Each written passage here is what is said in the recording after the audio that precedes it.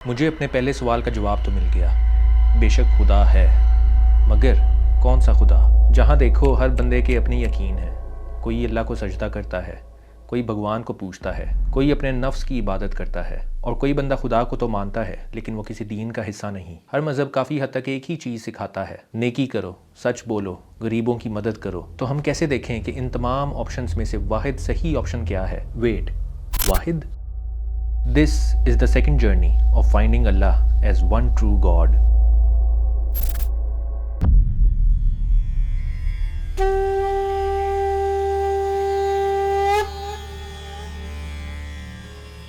Hinduism आमतौर पर चलने वाला सबसे पुराना दीन माना जाता है, मगर इसकी शुरुआत कुछ अजीब तरह हुई। काफ़ी रिकॉर्ड्स के मुताबिक इसकी शुरुआत 5000 BC यानी आज से 7000 साल पहले हुई थी। हिंदुओं की सीक्रेट किताब का नाम वेदास है और ये आर्यंस की तरफ से इंडिया लाई गई थी। आर्यंस नॉर्थ वेस्ट से आने वाले वाइट स्किन्ड वॉरियर्स थे जिन्होंने इंडिया को कॉन्कर किया था। हिंदुइज्म एक रिलीजन है भी या नहीं, इस पर बहुत डिबेट होती है। बाय डेफिनेशन तो ये बिल्कुल ग्रीक मिथोलॉजी की तरह एक मिथोलॉजी की कैटेगरी में आती है। इसकी वजह यह है कि हिंदू स्क्रिप्चर्स में बहुत से ऐसे वाकयात हैं जिनका कोई हिस्टोरिकल एविडेंस नहीं है। जैसे कि हिंदू मिथोलॉजी के मुताबिक एक कॉन्टिनेंट एग्जिस्ट करता है जिसका नाम कुमारी कंदम है, जबकि साइंस टेक्टोनिक प्लेट्स की मूवमेंट्स को लाखों साल पीछे तक ट्रैक कर चुकी है और इसका कोई एविडेंस नहीं दिखा।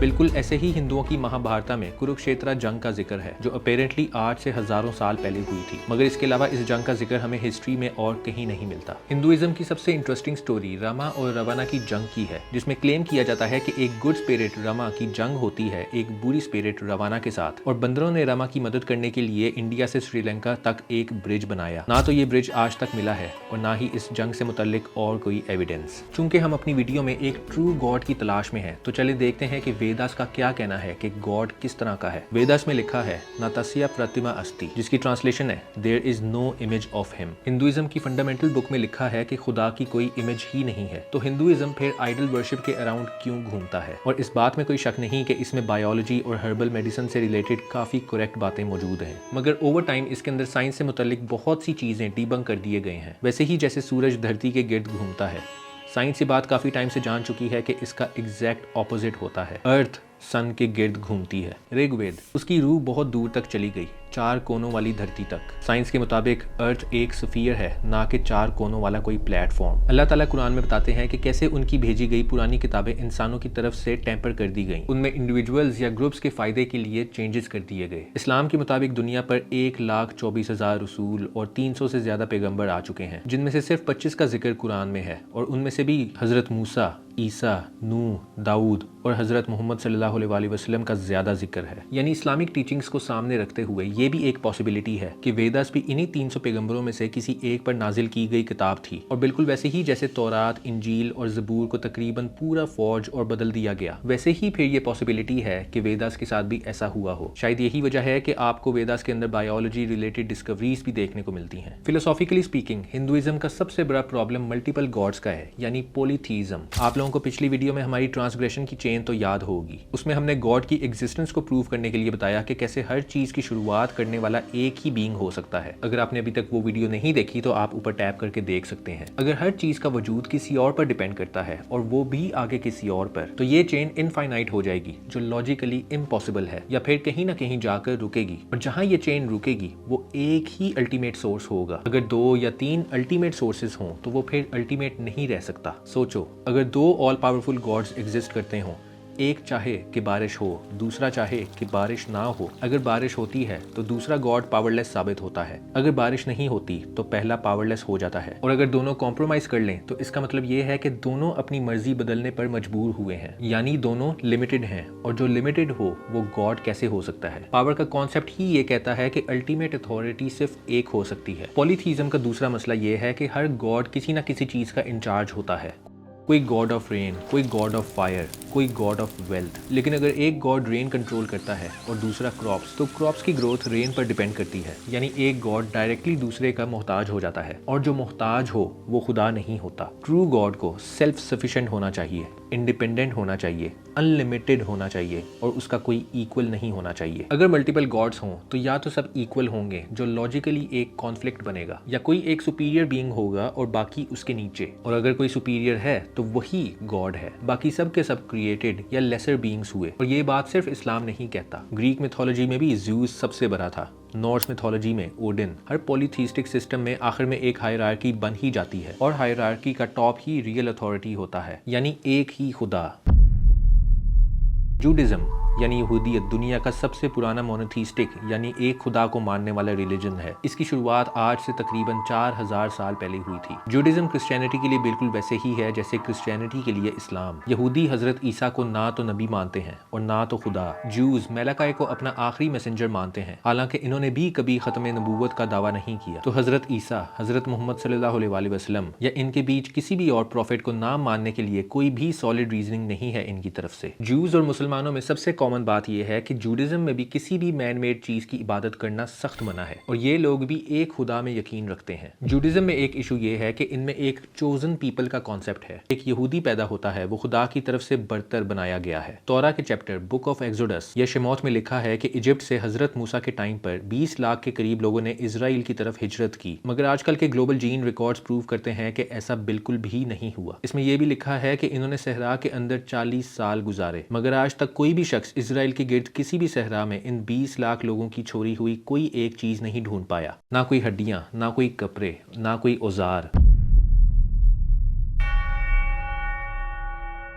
अगर पॉलीथीज्म लॉजिकली इम्पॉसिबल है तो फिर अगला बड़ा दीन क्रिश्चियनिटी है। क्रिश्चियनिटी का बुनियादी क्लेम यह है कि बाइबल वर्ड ऑफ गॉड है, लेकिन यहाँ एक बहुत अहम सवाल पैदा होता है, क्या आज जो बाइबल हमारे पास है वो वही ओरिजिनल रेवलेशन है जो हजरत ईसा पर नाजिल हुई थी?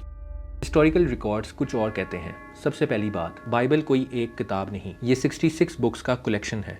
ये मुख्तलिफ ऑथर्स ने मुख्तलिफ ज़मानों में लिखी, और सबसे इंपॉर्टेंट बात, ओरिजिनल मैन्युस्क्रिप्ट्स मौजूद ही नहीं। जो सबसे पुराने मैन्युस्क्रिप्ट्स मिलते हैं जैसे कोडेक्स सेनेटिकस और कोडेक्स वेटिकनस, वो 4th सेंचुरी के हैं, यानी हजरत ईसा के लगभग 300 साल बाद, और इन मैन्युस्क्रिप्ट्स में हजारों टेक्सचुअल डिफरेंसेस डॉक्यूमेंटेड हैं। मॉडर्न बिब्लिकल स्कॉलर्स के मुताबिक न्यू टेस्टामेंट में 4 लाख से ज्यादा टेक्सचुअल वेरिएंट्स पाए गए हैं। ये नंबर न्यू टेस्टामेंट के टोटल वर्ड से भी ज्यादा है। अगर word of God perfectly preserve होना चाहिए तो इतनी मैसिव वेरिएशंस क्यों? और दूसरा अहम पॉइंट, आज का जो क्रिश्चियनिटी का कोर डॉक्ट्रीन है, ट्रिनिटी, ओरिजिनल सिन, जीसस एज डिवाइन सेक्रीफाइस, ये सब टीचिंग्स डायरेक्टली हजरत ईसा अलैहिस्सलाम के अपने लफ्जों से नहीं मिलती। इन डॉक्ट्रीन्स को फॉर्मलाइज करने में सबसे बड़ा रोल एक शख्स का था, पॉल द अपोस्टल। पॉल ने हजरत ईसा अलैहिस्सलाम को कभी फिजिकली नहीं देखा, वो ना उनके 12 डिसिपल्स में था जिन्हें इस्लाम में अल हवर्रियून बुलाया जाता है, लेकिन न्यू टेस्टामेंट के 27 बुक्स में से 13 बुक्स पॉल के नाम से एट्रीब्यूटेड हैं। यानी क्रिश्चियनिटी का कोर डॉक्ट्रिनल स्ट्रक्चर जीसस ने नहीं बल्कि एक रैंडम शख्स ने बनाया जो उनसे कभी मिला भी नहीं था। पॉल ने जूइश लॉ को लार्जली इररेलेवेंट करार दिया,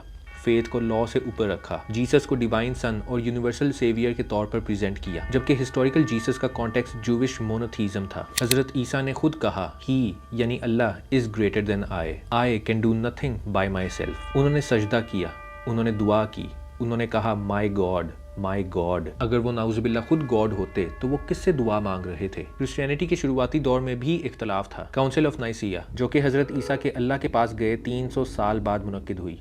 इस काउंसिल में वोटिंग के जरिए डिसाइड हुआ था कि जीसस नाउजुबिल्लाह खुदा थे, यानी एक थियोलॉजिकल वोट से खुदा की नेचर डिसाइड हुई। अब ट्रिनिटी पर आते हैं। क्रिश्चियनिटी और इस्लाम के बीच सबसे बड़ा डिफरेंस, ट्रिनिटी का क्लेम है कि नाउजुबिल्लाह गॉड जो कि फादर है ने अपने आप को ह्यूमन फॉर्म में बनाने के लिए हजरत ईसा को बनाया, और गॉड खुद की एक और भी फॉर्म है जिसका नाम होली स्पिरिट है और वो हर जगह मौजूद है। क्रिश्चियंस अपनी मर्जी से इन तीन को कभी एक एंटिटी कंसिडर करते हैं और कभी 3 सेपरेट इंडिविजुअल्स। इसमें मसला ये है, अगर फादर गॉड है, अगर सन गॉड है और अगर होली स्पिरिट गॉड है तो लॉजिकली 3 गॉड्स हुए। अगर कहा जाए कि नहीं, ये 3 अलग एंटिटीज हैं मगर एसेंस एक है, तो फिर सवाल ये है, क्या हर एंटिटी की अपनी विल है? बाइबल में जीसस की विल और फादर की विल अलग नजर आती है। लूक 22:42 में लिखा है, not my will but yours be done. अगर दोनों की wills different हैं तो entities distinct हैं. अगर distinct हैं तो numerical unity कैसे possible है? Mathematics is simple. 1 is not equals to 3 and 3 is not equals to 1. अगर कहा जाए कि ये mystery है जो समझ नहीं आ सकती तो फिर God का सबसे बुनियादी concept ही irrational हो गया. God का concept logically coherent होना चाहिए. अगर base doctrine ही logically contradict करती हो तो वो ultimate truth कैसे हो सकता है? और यहाँ इस्लाम का claim simple है. कुल हु अल्लाहु अहद, कहो कि अल्लाह एक है, ना वो किसी को जन्म देता है, ना वो पैदा किया गया और ना कोई उसका हमसफर है. तो अगर पॉलीथीज़म लॉजिकली इम्पॉसिबल था और ट्रिनिटी इंटरनली कॉन्ट्रडिक्टरी है, तो अगर बाइबल हिस्टोरिकली ऑल्टर्ड है, तो फिर हज़रत ईसा अलैहिस्सलाम असल में क्या सिखाते थे? बाइबल मैथ्यू 26:39 में लिखा है, जीसस ने अपना सर ज़मीन पर लगाया और इबादत की. यानी जीसस ने खुदा को सजदा किया, बिल्कुल वैसे ही जैसे हम मुसलमान करते हैं. तो क्रिश्चियंस ऐसे इबादत क्यों नहीं करते अगर उनकी अपनी किताब में ऐसा लिखा है? क्रिश्चियनिटी और इस्लाम में एक और डिफरेंस ये आता है कि क्रिश्चियनिटी के अकॉर्डिंग हज़रत ईसा अलैहिस्सलाम को अल्लाह की तरफ से ऊपर नहीं बुलाया गया था बल्कि सैक्रिफाइस कर दिया गया था, और हज़रत ईसा ने इंसानों को खुदा से बख्शिश दिलाने के लिए अपनी सैक्रिफाइस दी. मगर क्रिश्चियंस तो खुद ये मानते थे कि हज़रत ईसा खुद भी खुदा थे. तो यानी नाउज़ुबिल्लाह, खुदा ने अपने आप को इंसानी रूप में बदला और वो ज़मीन पर आके उन्होंने अपनी सैक्रिफाइस दी ताकि वो लोगों को अपने आप से ही बचा ले. हम यहाँ ये नहीं कह रहे कि हज़रत ईसा अलैहिस्सलाम की अपनी टीचिंग्स गलत थीं. उनकी अपनी टीचिंग्स तो 110% ठीक थीं, क्योंकि बाइबल में तो हज़रत मोहम्मद सल्लल्लाहु अलैहि वसल्लम के नाम पर एक चैप्टर तक है जिसका नाम पैराक्लेट है, जो कि पैरेक्टुलस से निकला है, यानी द प्रेज्ड वन. और आपको मालूम है कि पैरेक्टुलस को अरबिक में क्या कहते हैं? अहमद, जो कि नबी करीम सल्लल्लाहु अलैहि वसल्लम के ही कई नामों में से एक है. ड्यूटरोनॉमी 18:18 में भी लिखा है, मैं उनके लिए तुम्हारी तरह का ही एक प्रॉफिट उठाऊंगा. मगर पॉल द बैप्टिस्ट ने भी इसमें इतनी तब्दीली की, टू द एक्सटेंट कि आज के दिन बाइबल की इतनी ज़्यादा वेरिएशंस आपको देखने को मिलती हैं.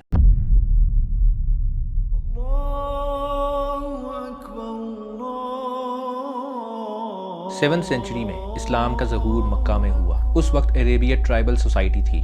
आइडल्स काबा के अंदर रखे थे. हर कबीले का अपना देवता था. सोसाइटल स्ट्रक्चर इनइक्वालिटी पर बेस्ड थी. औरतों को इनहेरिटेंस तो क्या, जिंदगी गुजारने का हक तक नहीं मिलता था. जहालत की इंतहा थी. और इसी एनवायरनमेंट में प्रॉफिट मोहम्मद सल्लल्लाहु अलैहि वसल्लम ने ला इलाहा इल्लल्लाह का पैगाम दिया, यानी सिर्फ एक अथॉरिटी है. ये सिर्फ एक स्पिरिचुअल क्लेम नहीं था, ये एक पूरे पावर स्ट्रक्चर को चैलेंज कर रहा था. अगर इस्लाम सिर्फ एक पॉलिटिकल मूवमेंट होता, अगर हजरत मोहम्मद सल्लल्लाहु अलैहि वसल्लम सिर्फ पावर चाहते, अगर ये सब एक केयरफुली प्लान डिसेप्शन होता, तो उनकी पूरी जिंदगी का पैटर्न बहुत मुख्तलिफ होता. मगर इस पैगाम के जरिए नबी करीम सल्लल्लाहु अलैहि वसल्लम पर जुल्म की बारिश होती है. हजरत मोहम्मद सल्लल्लाहु अलैहि वसल्लम की पूरी जिंदगी पर मुस्लिम और नॉन मुस्लिम दोनों स्कॉलर्स और हिस्टोरियंस ने रिसर्च की है. अकॉर्डिंग टू गूगल ये हिस्ट्री में सबसे ज्यादा रिसर्च किए जाने वाले लोगों में से एक हैं. इसलिए आज जो हमारे पास इनकी सीरत मौजूद है वो हिस्टोरिकली, साइंटिफिकली और फैक्चुअली बिल्कुल सच है, जो कि हमारी आगे की डिस्कशन को बहुत इंटरेस्टिंग बनाता है. जब कुरैश को लगा कि ये पैगाम उनकी पॉलिटिकल और इकोनॉमिक डोमिनेंस को हिला देगा, उन्होंने फोर्स यूज की, बाइकॉट,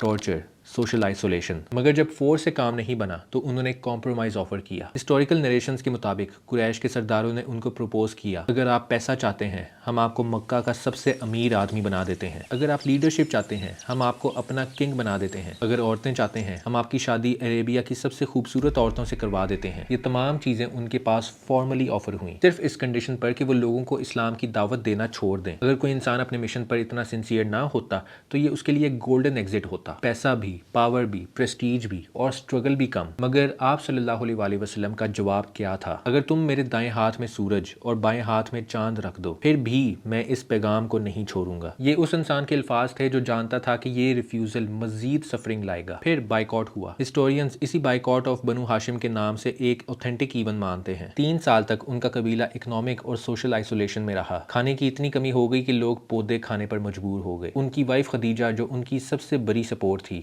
इसी दौर में वफात पा गई. उनके चाचा अबू तालिब जो उनको ट्राइबल प्रोटेक्शन देते थे वो भी चल बसे. एक और वाकया सुनिए. जिस दिन आप सल्लल्लाहु अलैहि वसल्लम के बेटे इब्राहीम की वफात हुई उस दिन सोलर इक्लिप्स हुआ.